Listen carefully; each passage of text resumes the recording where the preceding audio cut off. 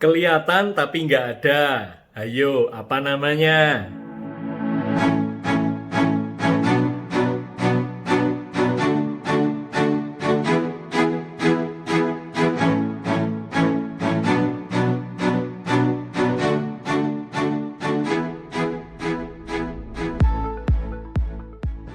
Yang saya maksud adalah fata morgana, yaitu fenomena pembiasan cahaya dengan kepadatan yang berbeda. Nah, sehingga seolah-olah apa yang tidak ada menjadi ada.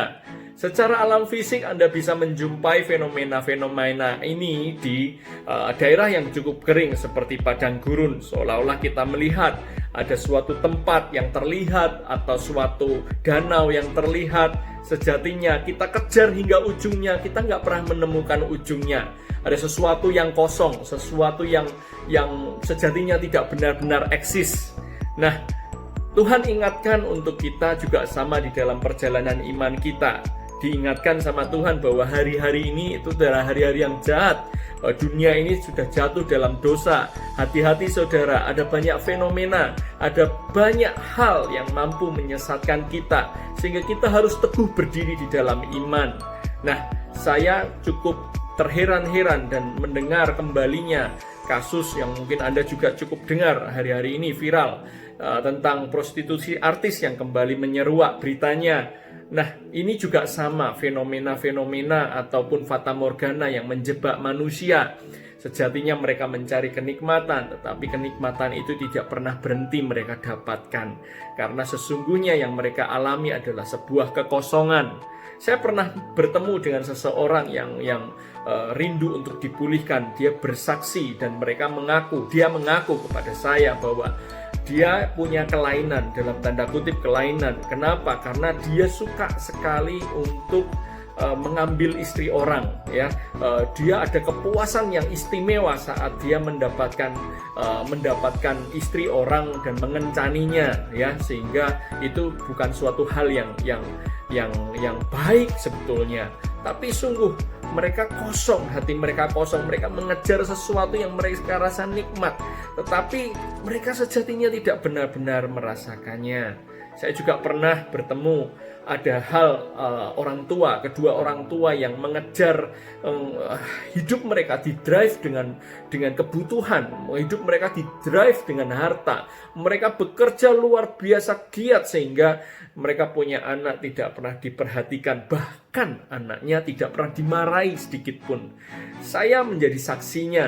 Saat itu saya pergi bersama anak dari pasangan tersebut, ya. Kami bergerombol dengan anak-anak gereja, kami naik mobil, anaknya yang nyetir, tiba-tiba karena salah nyetir, ya, akhirnya nabrak mobil orang, intinya begitu.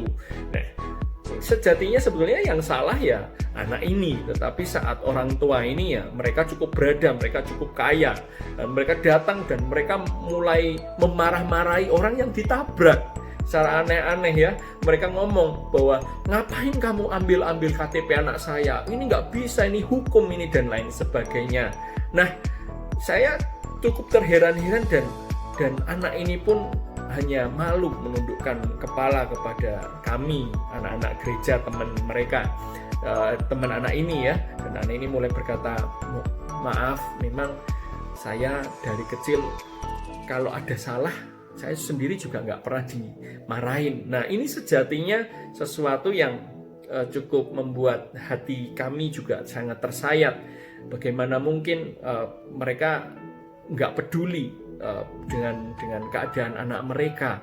Mereka bekerja, lupa waktu, dan lain sebagainya, sehingga anak mereka curi-curi perhatian. Bahkan pernah suatu kali mereka mencoba berbuat nakal supaya mereka mendapat teguran dari papa mamanya. Wah, kasihan ya. Nah, yang berikutnya juga tak kalah seru. Mungkin Anda juga mengetahui bagaimana seorang Ronaldinho. Ya, saya fans berat Ronaldinho.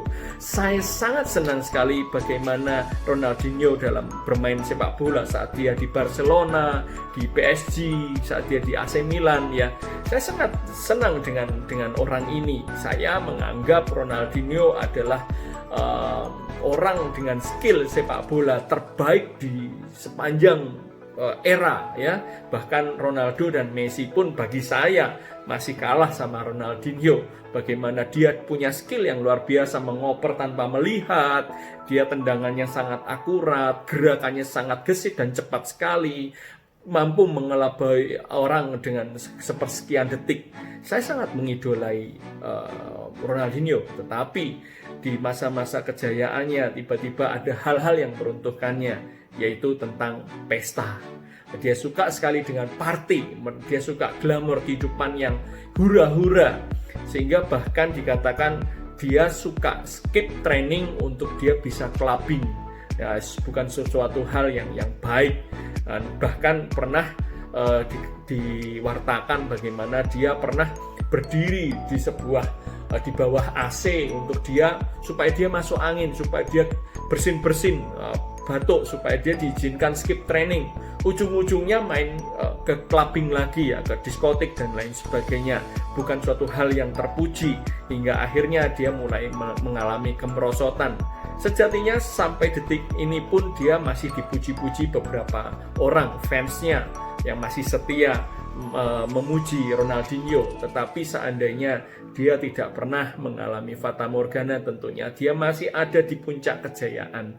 Dan dia tidak hanya mendapatkan 1-2 Ballon d'Or atau penghargaan terbaik dunia, tapi dia mungkin mendapatkan banyak sekali Ballon d'Or, penghargaan pemain terbaik dunia. Nah, apa sih yang bisa menyesatkan kita di dalam fata morgana? Tentunya kita bisa kehilangan Tuhan, kita bisa kehilangan tujuan hidup, kita bisa kehilangan prinsip, kita bisa kehilangan waktu, dan kita juga bisa kehilangan akal sehat.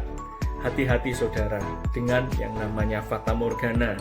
Ada banyak orang juga yang merasa, bagaimana sih kok orang lain bisa diberkati padahal hidupnya salah, cara dia bekerja salah dan lain sebagainya, itu kan dosa dan lain sebagainya, itu kan nyuap, itu kan begini, itu kan begitu, harusnya nggak boleh, tapi kok Tuhan nggak hukum ya, nggak apa-apa tuh dan lain sebagainya. Sehingga kita sendiri akhirnya terpancing untuk melakukan hal yang serupa. Hati-hati saudara, jangan terjebak, tetap kukuh di dalam firman Tuhan, tetap kukuh, jaga integritas Anda, jaga kasih kita kepada Tuhan dengan luar biasa. Hati-hati bahwa sungguhnya itu hanya fata morgana. Bukankah di kitab Pengkhotbah dikatakan tentang bahwa kesudahannya nanti Tuhan akan buat perbedaan. Bagaimana orang-orang yang hidupnya tidak berkenan di hadapan Tuhan, mereka sudah mendapatkan tempat penghakiman mereka sendiri. Kita tentunya mendapatkan tempat yang terbaik di samping Tuhan saat kita menjaga iman. Jadi terus bersemangat saudara-saudara ya. Saya ingin bagikan ayat firman Tuhan, yaitu di Yesaya ayat pasal 41 ayat yang ke-10.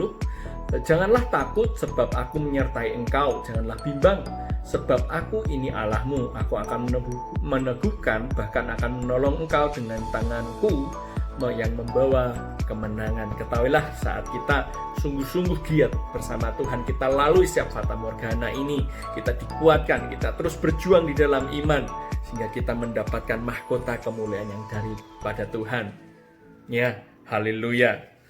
Berlari dan tak pernah menjadi letih, berjalan dan tak pernah ku merasakan lelah, karena tangan Tuhan yang menopang dan menjaga, memberi kekuatan di dalam langkahku. Bagaikan Raja Wali ku terbang tinggi, bersamamu Yesusku semua akan ku lewati. Tak pernah ku takut dan menjadi kecewa, karena Tuhanlah perlindunganku. Melebihi semua akal dan pikiranku, dengan cara yang ajaib kau menjamin hidupku, yang tak pernah ku dengar ataupun ku lihat. Itulah yang kau sediakan bagiku. Haleluya. Tuhan kita luar biasa, bukan? Jangan pernah menjadi letih, jangan pernah menjadi tawar. terus giat di dalam ladangnya Tuhan. Tuhan Yesus memberkati. Ciao, fight Fata Morgana. Caca, caca, caca.